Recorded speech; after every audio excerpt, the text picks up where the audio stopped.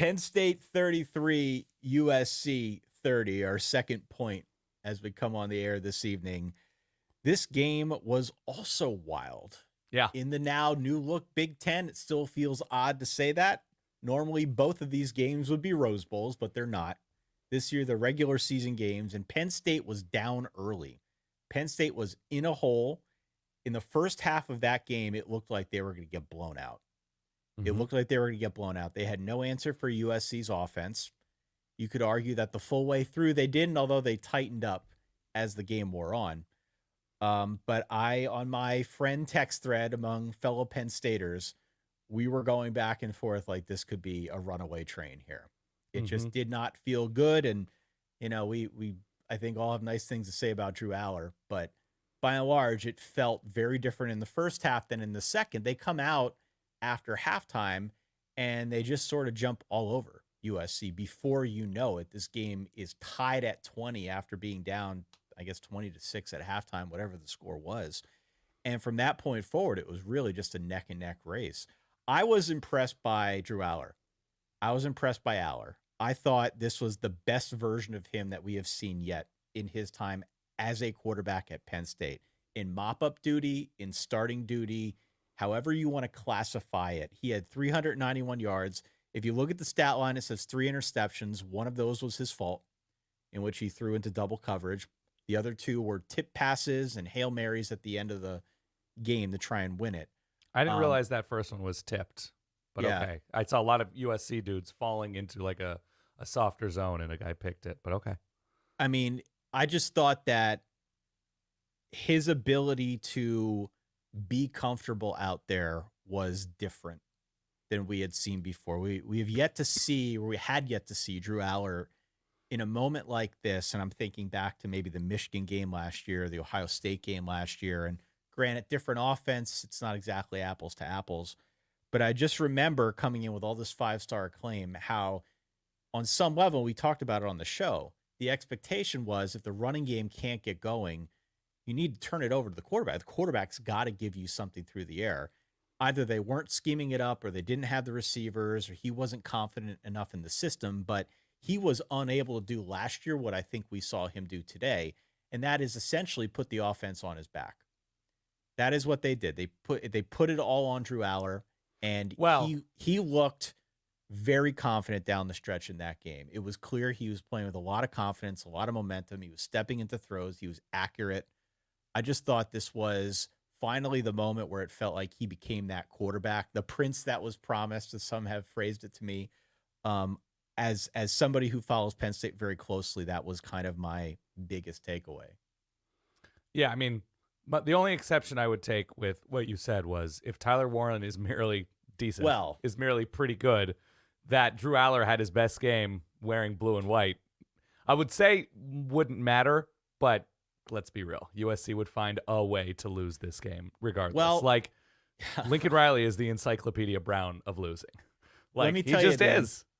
So the USC thing is kind of its own separate topic. By the way, Tyler Warren, 17 catches for 224 yards and a touchdown. We have joked about it now for a couple of weeks running.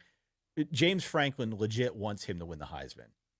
He is cheesing Tyler Warren the way we do in the video game. If you've got a guy that you just like playing with, he tied the record in FBS for most receptions in a single game by a tight end. It was an incredible showing.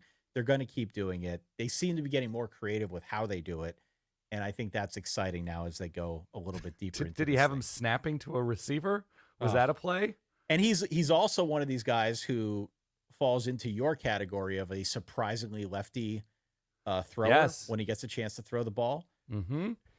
So Penn State ties it at 30 with about 3 minutes left. USC gets the ball back. They get up to midfield with like a minute or so, 51 seconds, and 2 timeouts, I think. Instead of calling the timeouts, they let 30 seconds run off. Penn State actually calls a timeout with 14 seconds left to try and get themselves organized. Right. I think they were just as confused as we were at home, thinking, why the hell didn't they call timeout here? Mm-hmm. Why are they just letting this run off? Lincoln RIley in that moment is essentially playing for, at best, a 50-yard field goal. Yeah. With the college kickers, pretty good. Definitely. Did miss one in overtime. But letting the clock run off when you've got timeouts to burn, playing for a 50-yard field goal, then not getting it on fourth down as you throw an interception, then burning the timeouts before Penn State runs 2 desperation plays, was a masterclass in horrible clock management. He stole the mantle from late game James Franklin. It is now officially late game. It was transferred when on the pregame handshake. Yeah. It's like in boxing or in pro wrestling when they take the belt and they put it in a trash bag and then it's just up for grabs. Lincoln RIley claimed that belt. He is now officially late game Lincoln RIley. It was a horrible, horrible coaching performance down the stretch, to the point you've made a couple times over now. USC just finds a way to lose these games with Lincoln. And it's got to be frustrating as hell. I talked to a couple of our USC ballers out there.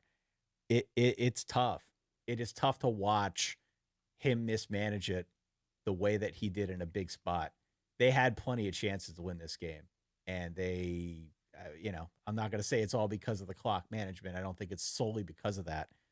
But Lord knows that they didn't help themselves. They didn't do themselves any favors down the stretch, because it was they could have handled it a lot better and given themselves a better opportunity to win this one before going into overtime. They go into OT, they miss a kick, they turn it over to Penn State.